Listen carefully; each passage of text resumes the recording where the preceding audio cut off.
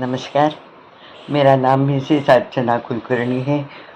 8 मार्च ये जागतिक महिला दिन है और मैं ज़्यादा खुश रहती हूँ उस दिन, क्योंकि मेरा जन्मदिन उस दिन होता है। पूरी दुनिया की महिलाएं मेरा जन्मदिन मनाती है।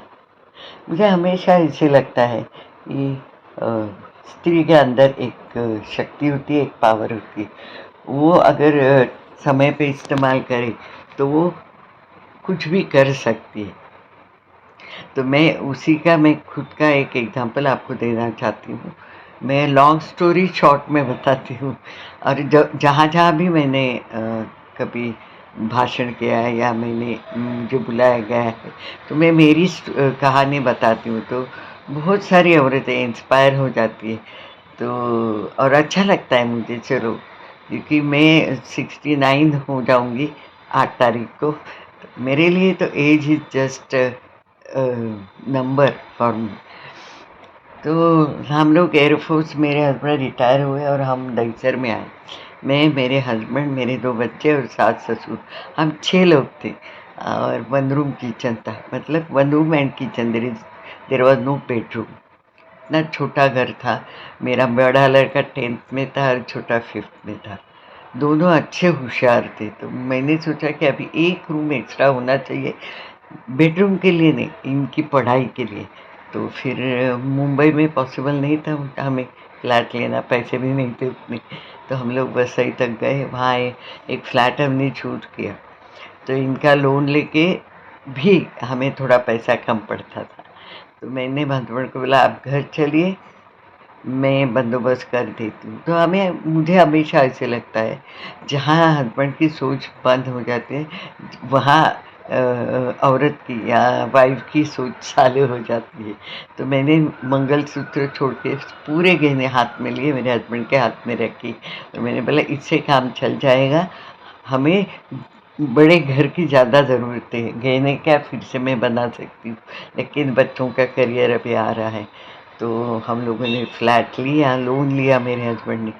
उनकी सैलरी 5,000 थी और 2,500 हफ्ता जाता था, और 2,500 में हम 6 लोगों का गुजारा बहुत मुश्किल से होता था। उसमें दोनों बच्चे अभी एजुकेशन ले रहे थे, तो उनका खर्चा। फिर मैंने सोचा, चलो मैं कुछ जॉब ढूंढूं। तो मैं सीवी लिखने बैठ गई। तो मेरा नाम और पता बराबर था, और घर का फ़ोन नंबर लिखा। बाकी सब मेरा, मैं ग्रेजुएट नहीं हूँ। मुझे इंग्लिश नहीं आती थी, हिंदी भी इतनी अच्छी नहीं आती थी, एक्सपीरियंस ज़ीरो था। लेकिन फिर भी मैंने कैसे भी एक सीवी बनाई। और मैंने सुना था कि हमारे ही वसई में बाजू में एक बहुत बड़ा टाउनशिप आ रहा है, तो वहाँ तो वैकेंसी मिलेगी, जो भी हो मैं जॉब ले लेगी, जाना तो पड़ेगा। तो मैं वो सीवी लेके वहाँ गई। रिसेप्शनिस्ट ने मुझे पूछा, यस मैडम। और मैं टिपिकल हाउस वाइफ थी तब, मतलब तेल वेल लगा के चोटी बांधी थी, साड़ी, हरी चूड़िया, मंगलसूत्र बड़ा, टिक्का, एकदम टिपिकल हाउस वाइफ। तो उसने देख के ही मुझे बोला, ये आप क्यों आई है? बोली, यहाँ कुछ वैकेंसी है ना। कौन सी वैकेंसी है? उन्होंने तब तक सीवी लिया था, वो सीवी लेके उसको इतनी हंसी आ रही थी, उसमें था ही नहीं कुछ कि वो कुछ पूछे मुझे। तो वो बोली, सेल्स में है। तो मैं उसको बोली, चलेगा मुझे, सेल्स में भी चलेगा। वो एकदम सीरियस चेहरा करके बोली, मैडम लेकिन मुझे, हमें नहीं चलेगा, आपके पास कुछ भी तो नहीं है, ऐसे। तो मेरा मुंह इतना अच्छा हो गया, अरे बाप रे। लेकिन मुझे पता चला कि अंदर मेन जो डायरेक्टर है, CMD, वो बैठे हैं। तो मेरा नसीब भी साथ में होना चाहिए, वो मैं हमेशा बोलती हूँ। तो मैंने उसको रिक्वेस्ट की, 1 मिनट के लिए मुझे अंदर भेजो, मैं प्लीज़ मैं मिल के आती हूँ। तो उसे पता नहीं क्यों दया आई मेरे ऊपर, उसने बोला, जाओ अंदर। वो सीवी लेके अंदर गए, उनकी सेक्रेटरी बैठी थी। उसने मुझे सीवी देख के जोर जोर से हंसने ही लगी, क्योंकि कुछ भी नहीं था सीवी करके जो वो कुछ बात करे मेरे से। तो वो जो मेन CMD थे, वो, उनको पता चल गया कि सेक्रेटरी के हंसी के इस सीवी में कोई दम नहीं है। और एज भी दिख ही रहा था, मैं 39 की थी।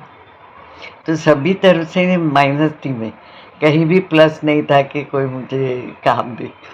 तो वो बोले तभी आपको याद होगा 25-30 साल के पास पीसीओ बहुत रहते थे रोड रोड में, तो वहाँ काम मिलता था। तो मेरे को बोले डायरेक्टर कि आप क्या करो, मेरे ऑफिस के बाहर पीसीओ है, वहाँ बैठ जाओ, जब कभी ऑफिस में जगह होगी तब मैं आपको अंदर लूँगा।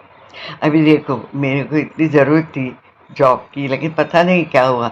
मैं एक्सक्यूज़ मी सर, पीसीयू में करना है तो मैं घर के बाहर मेरे बाजू में है वहाँ नहीं बैठूँ, आपके ऑफिस के बाहर क्यों क्यों बैठूँ? जब आपके ऑफिस में जगह होगी तब मुझे बुलाना, ऐसे बोल के दोनों को थैंक यू बोल के बाहर पड़ी। मैंने बोला ये मैंने क्या बोला, अच्छा खासा जॉब मिल रहा था, मैंने क्यों छोड़ा, जाने दो अभी जो होगा सो होगा। लेकिन वो एक सेंटेंस उनकी जो सेक्रेटरी थी उसको लगा इसमें सब माइनस है, फिर भी वो इतनी कॉन्फिडेंस के साथ ये बोली, मतलब इसमें कुछ दम है, आज तो लगा होगा। तो उसने मुझे वापस बुलाया दूसरे दिन क्योंकि वो बाजू में ही घर था ना 10-15 मिनट में। तो प्यून आके बोला वो मैडम ने आपको बुलाया है। आपको मैं बोलती हूँ वो ऑफिस का जो दरवाजा था वहाँ से अंदर जाने से पहले मैंने वो ऑफिस का ये छुआ और मैंने कसम ले किया सेल्स में जगह नहीं, ये आप नहीं काम कर सकती ऐसे वो सेक्रेटरी ने बोला था। तो मैं द बेस्ट सेल्स पर्सन करके छोड़ूंगी ये जॉब, तब तक नहीं छोड़ूंगी ऐसे। और मैं अंदर गई, मुझे तो कुछ भी नहीं आता था, कंप्यूटर नहीं आता था, इंग्लिश बोलना नहीं आता था, ये स्मार्टली बिहेव करना नहीं आता था, हाउसवाइफ थी। लेकिन कसम से मैं बोलती हूँ कि मुझे सिर्फ चाबी देके थैंक यू बोलने का काम दिया गया, लेकिन उसके बाद मैं हर चीज़ सीखी। किसी ने सिखाया नहीं देख देख के, बाबा सेल्स कैसा रहता है, इंग्लिश कैसे बोला जाता है, कंप्यूटर पे कैसे बैठना है। इतनी मेहनत मैंने की, इतनी मेहनत की कि जब मैं सच में 15 साल जॉब करके जब बाहर पड़ी, I was the best sales person from that company.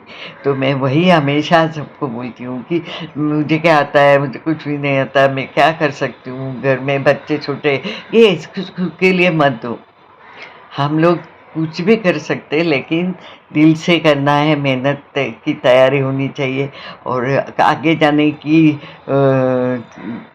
जिद होनी चाहिए, तभी इंसान आगे जा सकता है। मैं ज़ीरो थी जब वहाँ ज्वाइन हुई और मुझे बहुत अच्छा उन्होंने सर्टिफिकेट दिया है और जाते हुए सीएमडी एएमडी सब मेरा सेंड ऑफ के टाइम आए थे और मुझे बोले तू छोड़ के जा रही है अर्चना, लेकिन हमारा ऑफिस आपके लिए हमेशा खुला रहेगा, एज कुछ भी हो तुम्हारा, तू अगर चाहती है ऑफिस में आना काम करना तो तेरे लिए हमेशा एक जगह रहेगी।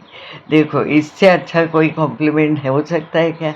हमारे जैसे आज 69 की हूँ, लेकिन अभी भी मुझे फ़ोन आके बोलता है क्या अभी तो बूढ़ी नहीं हुई, आना है क्या जॉब करने? तो अभी इसलिए मैं सबको बोलती हूँ कि हम लोगों को बहुत अच्छा भगवान ने दिया है कि एक एक्स्ट्रा दिया है कि जो हम लोग अगर ये वो एक कोई काम करना चाहे तो दिल जान से करते हैं और उसमें हमें यश प्राप्ति होती है। बस और क्या हो, मुझे लगता है कि आप सबने भी यही ट्राई करती होगी, जो नहीं करती है तो आज से ट्राई करो। तो हैप्पी वुमेंस डे।